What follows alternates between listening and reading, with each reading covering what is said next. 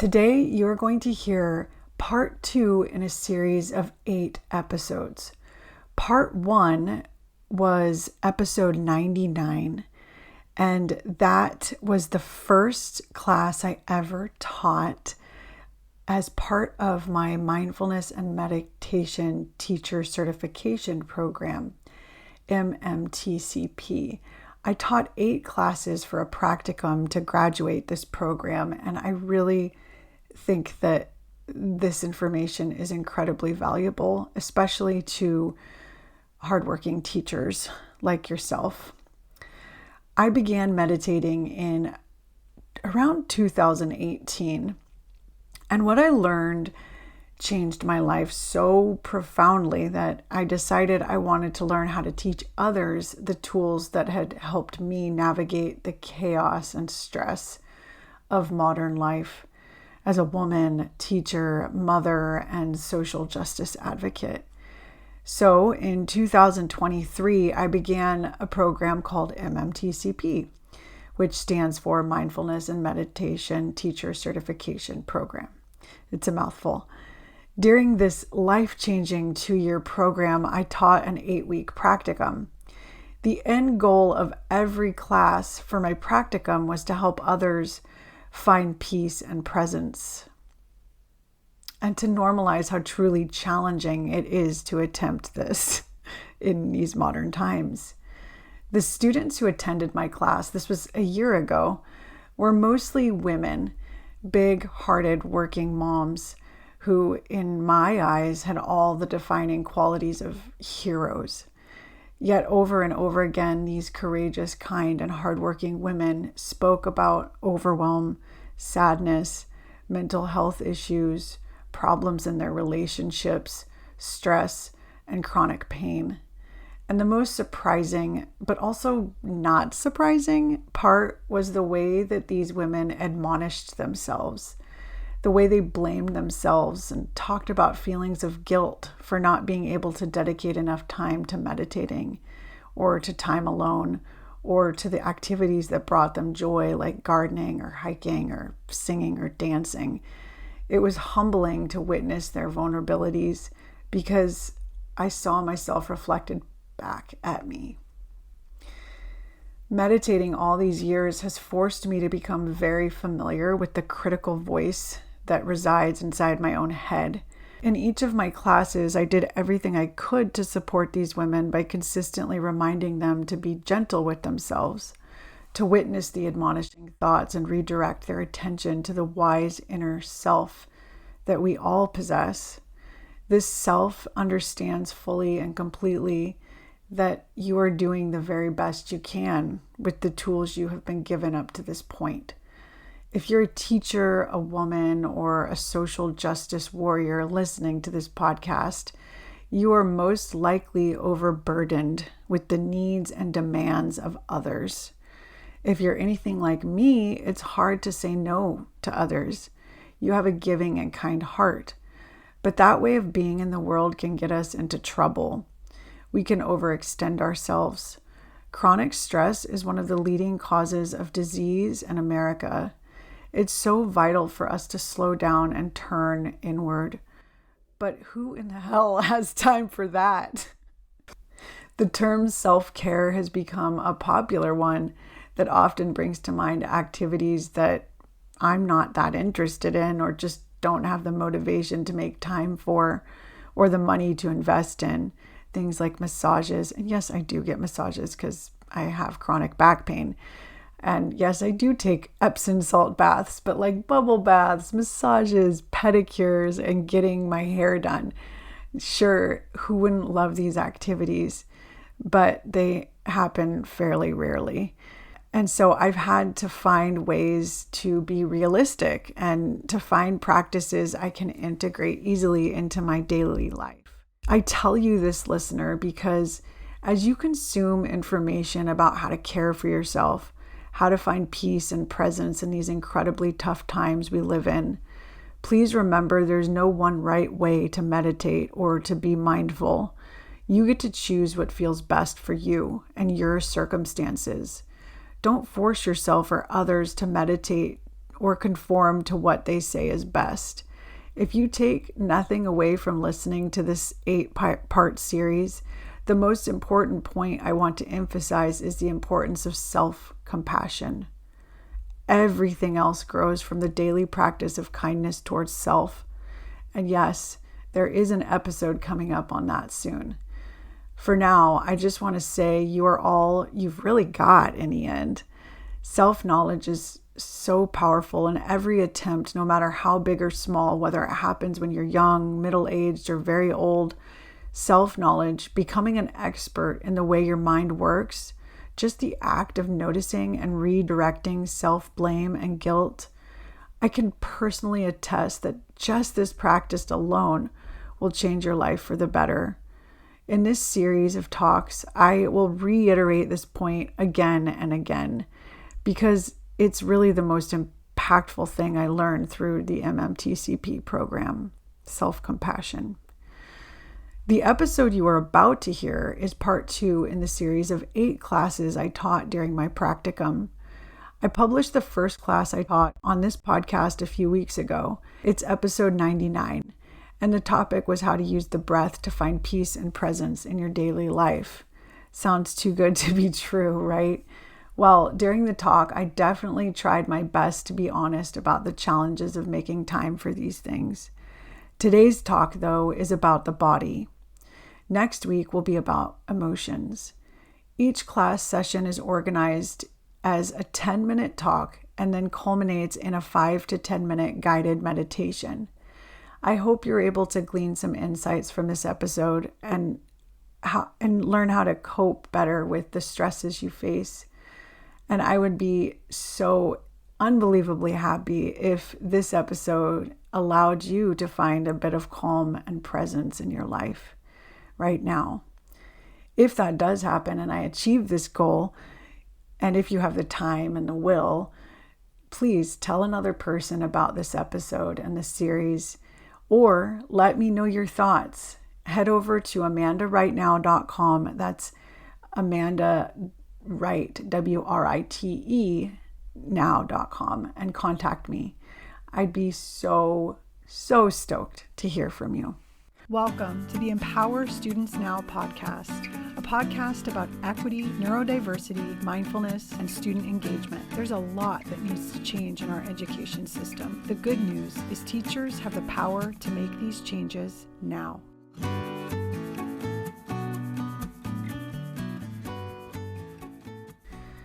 Like most of us, I've lived the majority of my life caught in thought, believing everything my mind produced, without really examining what surfaced. I took all the beliefs, ideas, and my own personal perceptions of the world around me at face value. A book I read years ago called The Power of Now by Eckhart Tolle, maybe you've heard of it, called this way of being human in the world being unconscious. And as we start to notice the incessant and even painful thinking that goes on in our heads, we begin to become what Eckhart Tolle calls conscious. And this is actually a quote from him that I love. What a liberation to realize that the voice in my head is not who I am. Who am I then? The one who sees that. I love that quote. Once I realized I could redirect my mind to other aspects of my internal experience besides my own thoughts, I felt I had learned a very important skill for living in this chaotic world and brain of mine, because my thoughts had caused me so much pain in the past. However, I want to remind everyone listening that meditation is not about transcending your thoughts, mind, or body. This is a major misconception about meditation that often leads people to turn away from it without ever fully reaping the benefits. I'd like to replace this misconceived idea with a new one, listener. This is my definition of mindfulness, and afterwards I'll define meditation as well and talk about the difference. Mindfulness is the continual moment-to-moment practice of intentionally choosing to direct your attention toward an anchor, such as your breath, the physical sensations of your body, sounds, a mantra, or movement. to name just a few of the anchors available to you. An anchor helps still your attention, like it helps a boat stay still in choppy water. Now, what about meditation? How would I define meditation? How is it different than mindfulness? I've come to think of all forms of meditation as really just a set amount of time that you intentionally carve out during your day to practice redirecting attention, right? Directing your thoughts back to an anchor when the mind strays. So the more you do it, the more your awareness of your own thinking patterns expands, and the better you are and better you get at redirecting your attention to a calming anchor. It's helpful to think of all forms of meditation as exercises for the brain, because the brain is like a muscle that needs to be worked in order to strengthen its ability to be mindful on a day-to-day, hour-to-hour, minute-to-minute basis. Mindfulness is coming back to your anchor throughout your day-to-day life. Meditation is a practice you set time aside for to build your ability to live mindfully. There are many meditation practices to choose from. In this talk, I will tell you about my personal journey realizing the ways in which my body, all of our bodies, are portals to a more peaceful, calm, and mindful life. In the past, my body was only a tool for optimizing and health. It was something to be controlled. When it was out of control because of sickness, pain, or injury, I resented and distrusted it. At some point in my late 30s, after having my daughter, working full-time as a teacher, and trying to build a business, my body and mind hit a wall. I didn't know it then, but I know now I was experiencing burnout. But like many women living in these modern times, I kept going, because what else was I supposed to do? Quit my job? Run away? No. This is when I first began trying out meditation through the app Headspace. I used this app off and on for a few years, but the stressful, fast-paced life of a teacher, wife, mother, and entrepreneur couldn't compete with a worldwide global pandemic in 2020. Where, like many of you, I was forced into teaching, well, all of you, from a distance, while also trying to facilitate distance learning for my young elementary-aged daughter. This is also, as you all know, when the BLM movement gained important momentum. And as a privileged white woman, I was for the first time really coming to terms with what it meant to live in a society with rampant systemic racism and being complicit because of my lack of knowledge and awareness about these issues.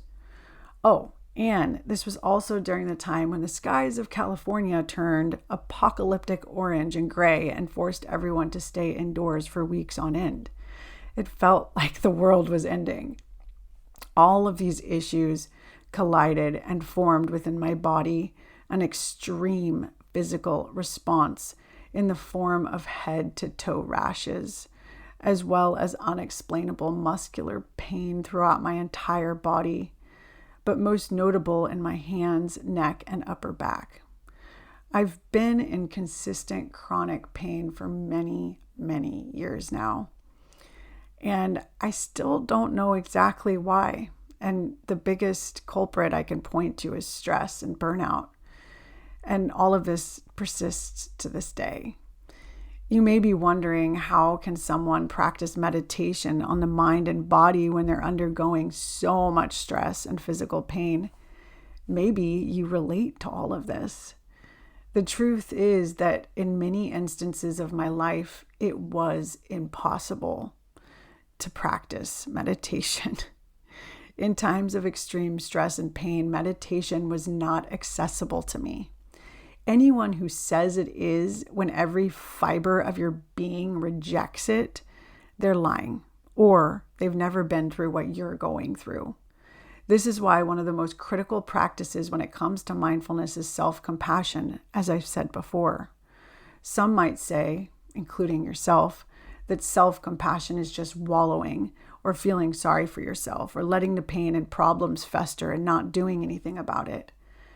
But most teachers, mothers, and social justice warriors I know could use a great deal more self-compassion and be advised to drop the self-flagellating thoughts about whether or not you are wallowing in your own pain. Most of the women I know are not, but rather have gotten used to people minimizing their pain and gaslighting even themselves. So, as I proceed through this talk, please remember that meditating on the body should not be forced, especially if you're going through a difficult period of your life. However, if you are ready and willing and in a good place to allow your body to experience the presence that is available to you at every moment of your waking life, then here's how to do it. The very first step in using your body to meditate or practice mindfulness on a day-to-day basis is to remember. It sounds so simple, yet it is actually very challenging. Why is it so challenging? I mean, it's our bodies. Why can't we pay attention to our bodies more? Because there's so many distractions in our modern day life. It's easy to choose an activity that distracts us from pain and stress, such as a favorite TV show or listening to a podcast. Don't worry, I'm not judging. I love distracting myself. My distraction of choice is work, so no judgment. But back to this idea of trying to remember to pay attention to our bodies in a mindful way. It's hard, yes. This is why it is recommended by many meditation teachers to be intentional by setting a time and place that you choose to practice meditation on the body. During this dedicated time that you choose, for beginners, you might try a number of methods, which I will describe now. First, there's what's called a guided body scan meditation. I've tried many apps and websites to do this, and guided means someone's talking and walking you through it. The Calm app, Headspace, and mindful.org are some really great places to find guided body scan meditations. But my favorite app, and the one I use most often, is Insight Timer. The reason being that it has a wide range of functions for novices and experienced meditators. There are timers and singing bowls, nature sounds, guided body scan meditations, guided meditations that cover all sorts of topics like manifestation. And there's many genres of instrumental music. There's mantras, there's yoga, there's courses, and just so much more. It's a fantastic app with many uses for a wide range of experience levels. You just have to search body scan meditation, and there are many beautiful audios to choose from.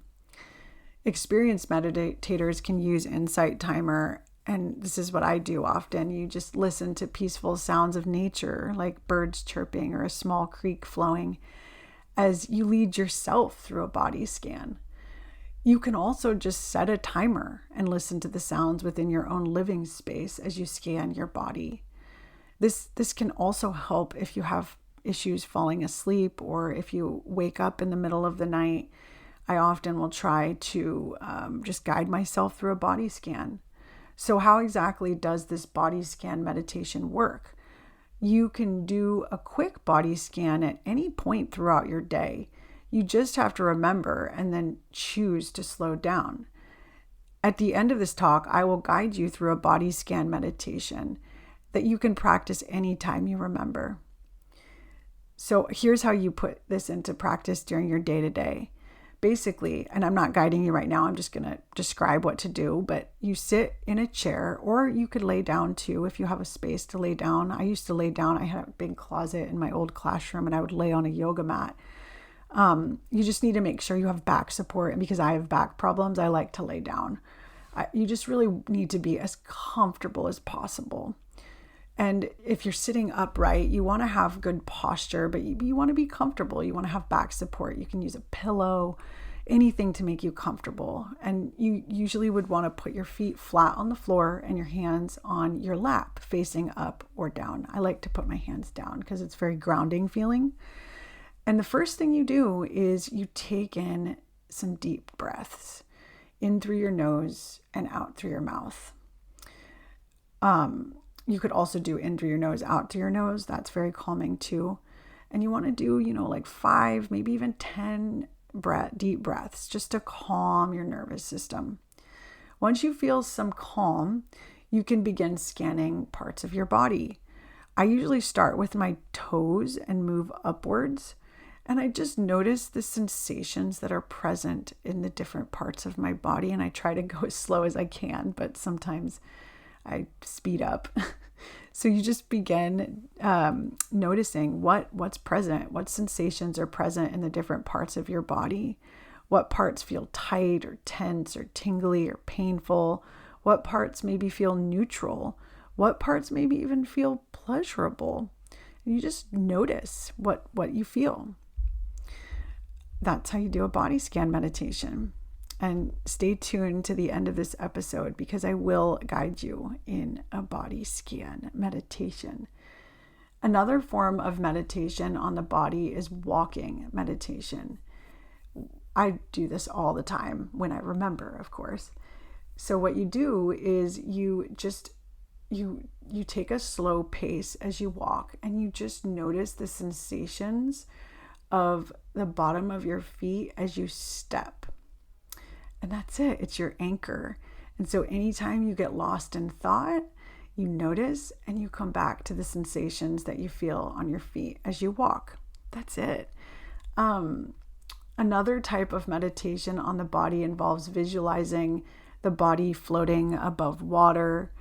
I've done meditations where I visualize water rising, which that might be kind of scary for people who are nervous about drowning.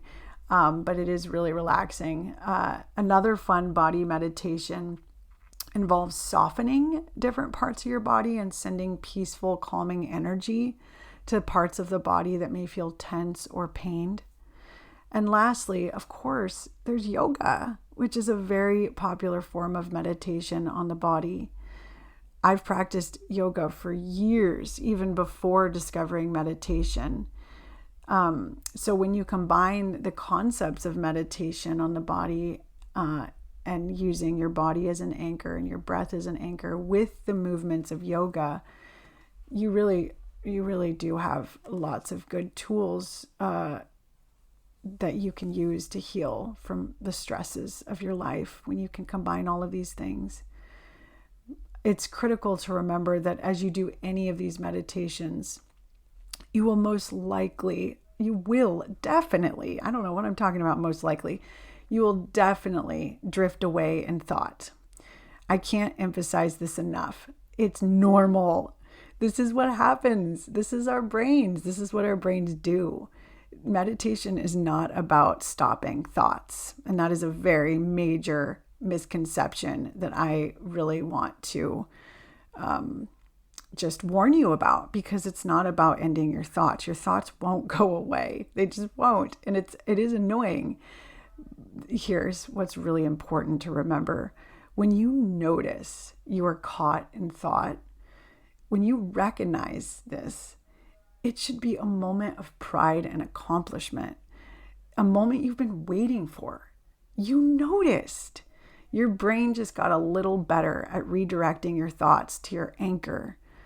And when you recognize the thoughts, come back to your chosen anchor. For this talk, it's the body.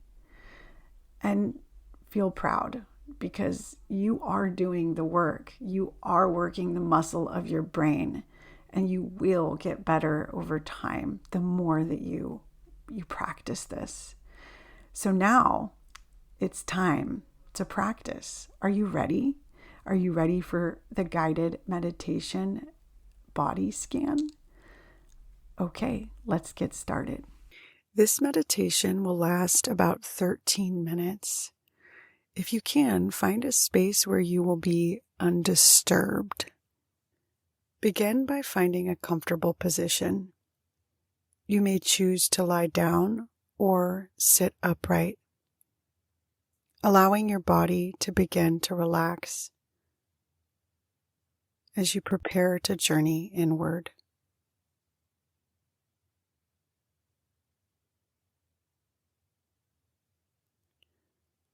Now, if you're comfortable, close your eyes. If not, just look at something in front of you with a soft gaze. And take some deep breaths. In through the nose and out through the mouth.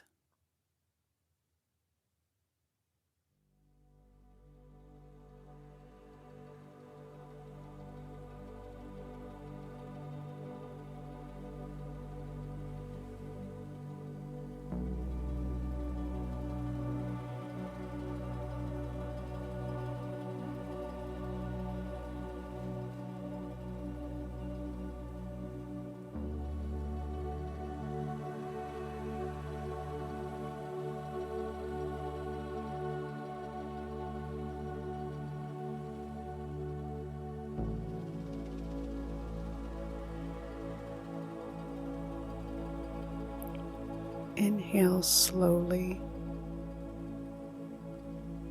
Feel the air expand in your body and hold it gently for a moment. As you exhale, release the breath along with any tension you may have brought along today. Try and let go a little more with each breath out.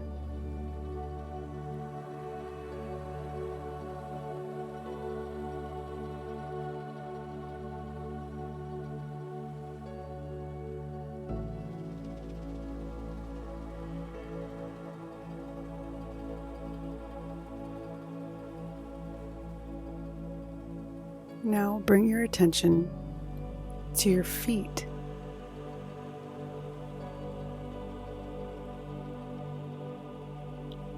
Imagine the soles of your feet are touching the cool earth, a connection deep and nurturing.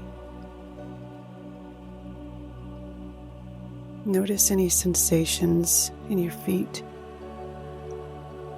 warmth, coolness, tingling, or perhaps nothing at all.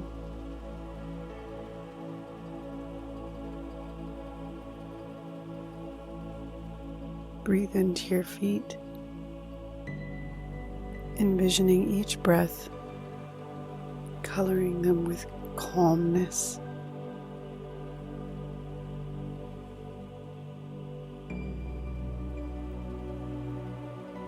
Now, slowly move your awareness up to your ankles, feeling the gentle shift in your bones and skin as you focus.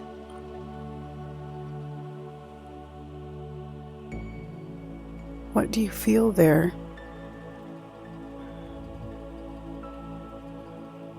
Breathe into these joints, sending them your attention with each inhale and exhale.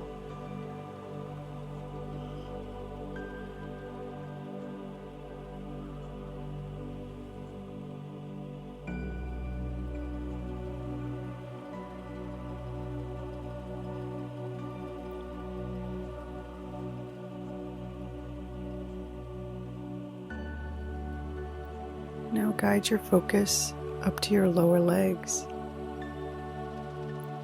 Notice the muscles encasing your calves, the weight of your legs against the surface below you. With each breath, imagine a wave of relaxation rising through your calves, softening and soothing them.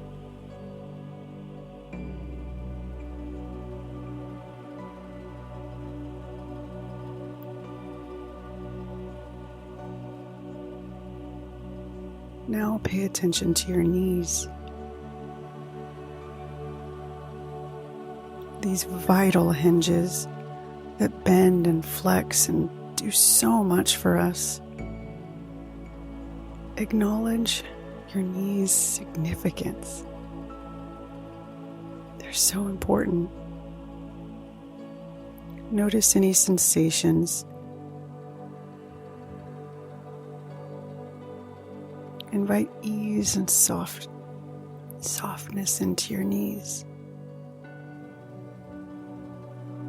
If you're noticing intrusive thoughts, be gentle with them.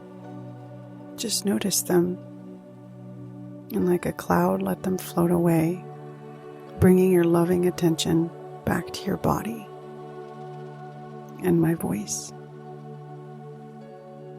Continue upwards to your thighs, heavy and strong.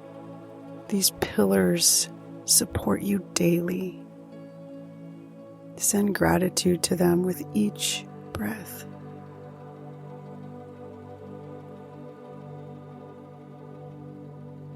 Feeling the release of the burdens within your thighs.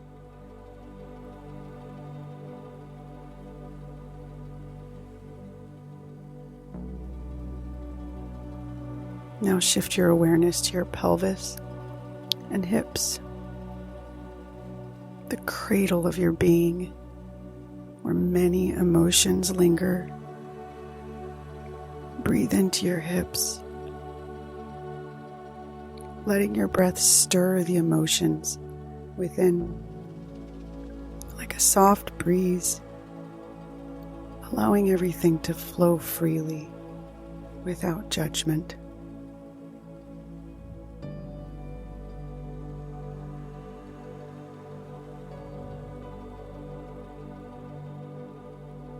Now focus your attention on your belly,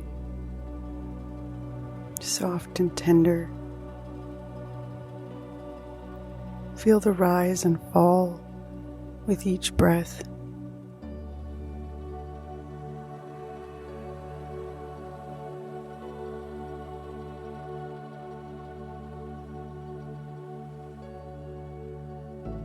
Now, gently rise your attention to your chest and heart. Notice the life force pulsing through you, nourishing and revitalizing every cell.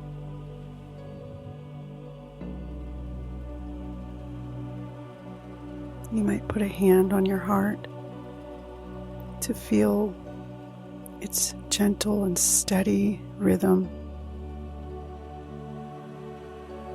a drum of life.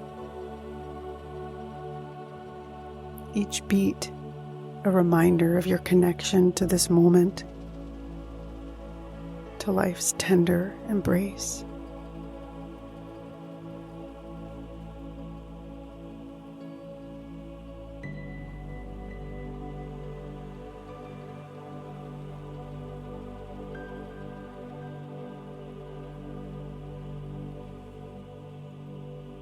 Now bring your awareness to your shoulders, neck, and throat. These are all very common places where daily pressures of life reside. With each breath, imagine a weight lifting, space opening, where all that burdens you evaporates like morning mist.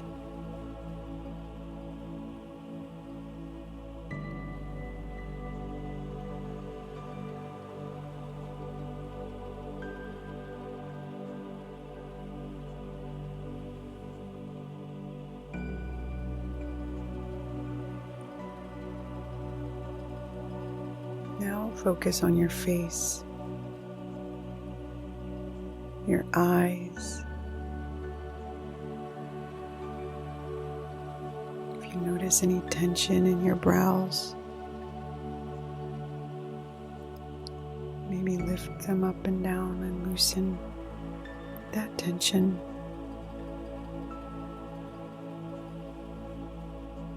Notice your nose, your lips,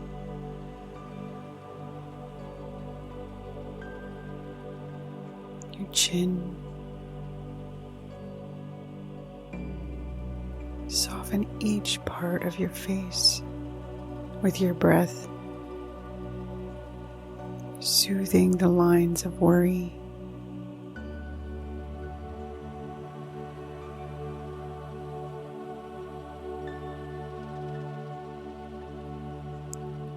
Finally, sense the crown of your head. Imagine it opening gently, connecting you to the sky above, a conduit between the earth and the vast open air.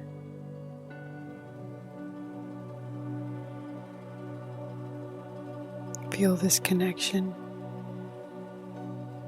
between you and earth. Spend a few moments in this complete stillness and connection to your body. You are grounded yet limitless. Breathe in this space, this peace, for a few more deep breaths.